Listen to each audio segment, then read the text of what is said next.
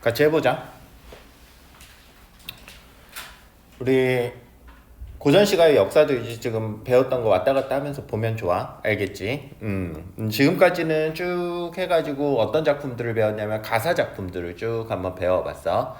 특히나 이제 전격 가사 중심으로 배워봤었고, 이제는 시조 작품을 한번 배워볼 건데, 시조 중에서도 평시조 작품들을 먼저 한번 배워볼 거야.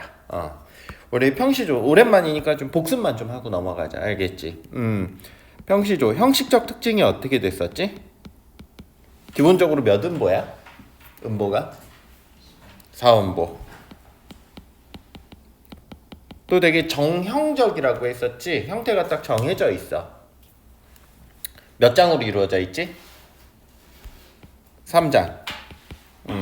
초장, 중장, 종장으로 이루어져 있고,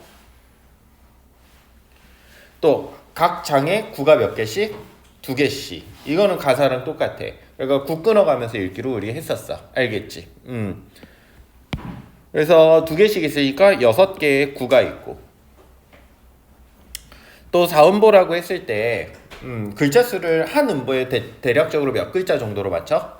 3글자 아니면 4글자 정도라고 했었어. 이거를 3, 4조, 4, 4조 이렇게 부르지.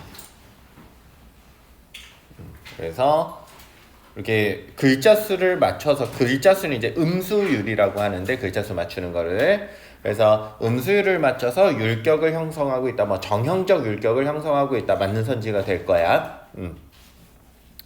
그러면 우리 계산을 한번 해보자. 4음보씩 한 줄에 음보가 4개야. 그럼 최대한 많이 해도 한 줄에 한 16자 정도가 되겠네. 물론 5글자일 때도 있고 이렇기는 하겠지만 대략적으로 16글자 정도가 될 거야. 그거를 우리가 3장으로 곱하게 되면은 대략적으로 한 40몇 자 정도 나오거든.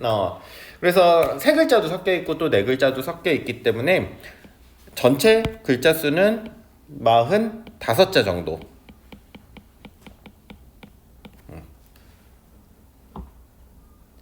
요 정도로 딱 정해져 있어.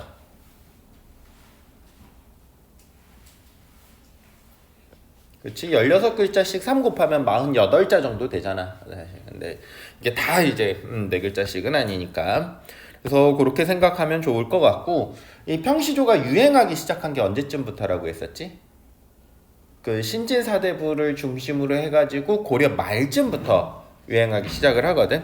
그래서 시기는 고려 말부터 시작을 해서 이게 이제 슬슬 유행하기 시작을 하다가 조선시대 때 이게 주로 부르는 형태가 바로 요 평시조 형태가 돼. 그래서 고려 말쯤부터 실제로 부르기는 시작을 했었다. 조선시대 시작하니까 오늘부터 평시조 부르자 이렇게 되는 시스템이 아니라고 그랬어요. 기본적으로. 자, 그렇게 생각하면 좋을 것 같아. 우리 평시조 같은 경우에는 이렇게 구를 끊으면 좋을 것 같은데, 따로 제목이 주어져 있지가 않아. 기본적으로 제목을 짓고 시를 짓는 시스템이 아니고 그냥 시만 남아있어. 그러니까 얘네들을 제목을 구분하기 좀 어렵거든. 그래가지고 초장의 첫 번째 구를 그냥 제목처럼 활용을 해. 우리가 이게 실제 제목은 아니야. 알겠지? 초장의 첫 번째 구를 제목처럼 활용한다. 이렇게 알아두면 좋을 것 같아. 그래서 얘는 제목이 이제 500년 도읍지를이 될 거야. 한번 읽고 해석해보자. 하나하나 해보자. 우리 이제 선생님이 시간 주고 해석해봐 라고 하면 좀 이런 것들 읽고 내용부터 먼저 한번 파악해보고 그 다음에 구체적으로 표현법 같은 것들도 좀 찾아보고 하면 좋겠어. 스스로 할 줄 알아야 나중에 이제 진짜로 모르는 시조 같은 거 나왔을 때 풀어낼 수 있거든. 지금 이거 시조가 어마어마하게 많은데 이걸 다 배울 수가 없어. 중요한 작품 배우고 너희들이 해석하는 방법을 익혀가지고 해석할 수 있어야 돼. 몇 음보야? 시간 주면 이런 거부터 적어봐야지, 그치? 습관적으로 사원 보고. 고등학교 2학년이나 됐는데 너희들 보고 이거 음보권으로 하고 나오지는 않아. 알겠지? 그래도 음보 한번 끊어보면 3글자, 4글자, 3글자, 4글자, 3, 4조의 형태다 라고 볼 수 있겠네. 3, 4, 3, 4 이렇게 되네.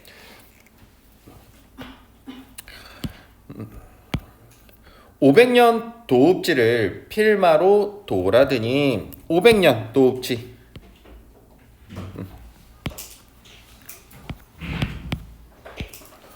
500년 동안 어느 나라의 수도였대. 그치? 도읍지. 어느 나라의 수도일까? 은성아. 제일 늦게 왔으니까. 고려. 그렇지. 고려야. 알겠지? 그거 조선 아니야. 조선도 500년 가고 고려도 500년 갔는데 이게 고려 말기부터 시작을 해가지고 조선 때 많이 불렀던 노래라고 했었지. 그러면 그냥 상식적으로 이 500년 도읍지라고 했을 때 조선의 도읍지가 아직은 500년이 갈지 1000년을 갈지는 알 수 없었던 상황이야. 조선 당시잖아. 그러면 이제 500년 도읍지라고 하면 조선은 이제 땡이지, 그치? 그 다음에 고려 전에 신라라고 하면 신라는 1000년 갔거든. 나라가 거의 1000년 가까이 갔으니까 500년 도읍지라고 하면 무조건 뭐를 떠올려야 돼? 고려라고 떠올려야 돼. 그래서 고려의 옛 수도 어디야? 개성이 되겠지?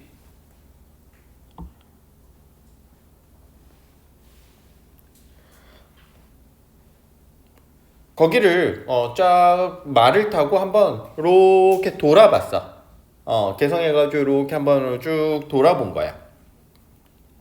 필마는 혼자 타는 말을 필마라고 하고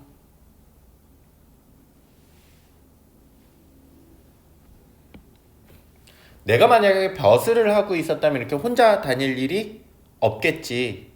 높은 벼슬은 대부분 수행원이 따라 있고 뭐 이런저런 사람들이 같이 다니니까 보통 의전을 하니까 이 필마를 보고도 뭐를 알 수 있냐면 이 사람은 지금 조선에서 저기를 하진 않는 것 같아. 관직을 하지는 않는 것 같아.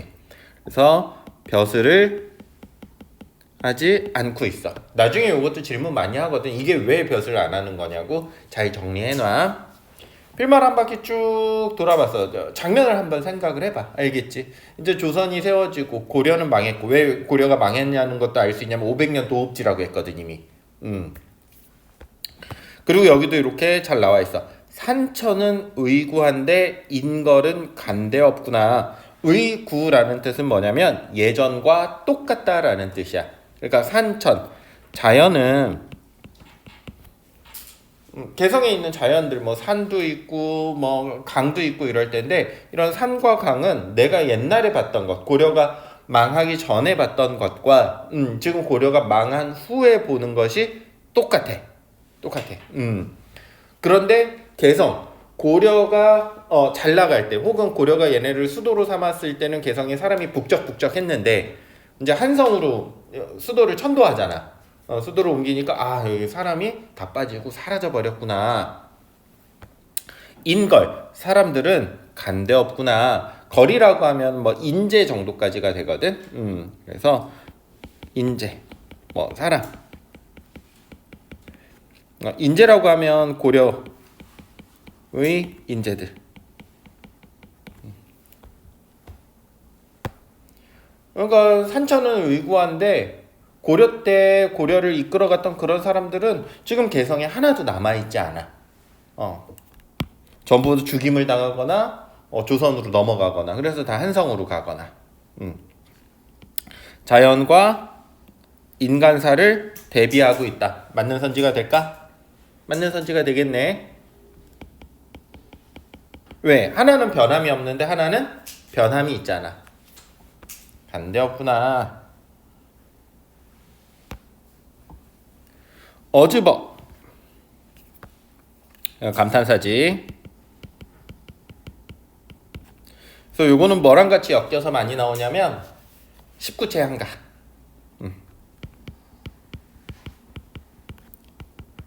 한가. 그래서 낙구의 감탄사랑 비슷한 역할을 하면서 문화적으로 문화가 계승되는 모습을 보이더라. 이런 것도 선생님이 우리 고전시가 역사할 때 설명을 해줬었던 것 같아. 잘 기억 안 나면 한 번 더 찾아보고. 그래서 향가랑 지금 동일한 것, 형태가 유사한 것을 두 가지 찾아보자면 얘도 몇 단 구조? 3단 구조. 그치? 그 다음에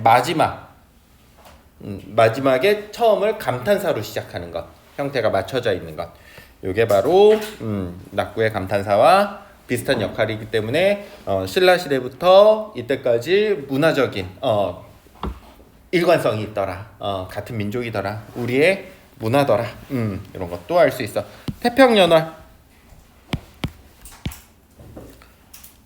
태평연원이라고 하면 지금이 태평연월이라는 게 아니야. 이 꾸미런가 하노라라고 하고 있기 때문에 태평연월 고려의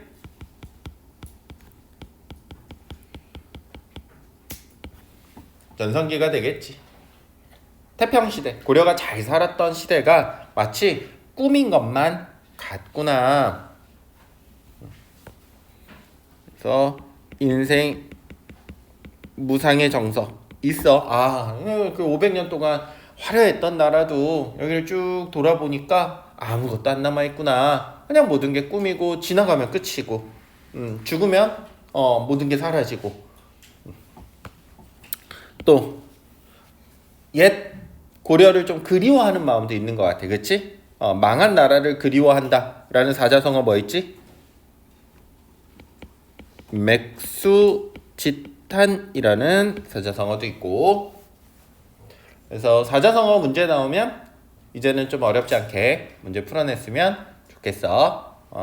맥수지탄 그냥 적어놓지만 말고 맥수지탄 뜻이 뭔지도 잘 적어두면 좋을 것 같아. 자, 복습 한번 해보자. 요거는 요 정도 하면은 충분할 것 같아.